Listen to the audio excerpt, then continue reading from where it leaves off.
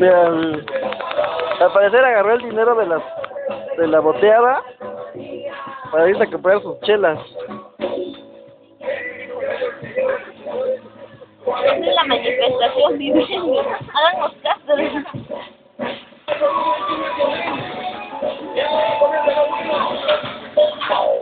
No manches, hasta acá llega el olor a cerveza todavía. Pues del mismo, ¿no?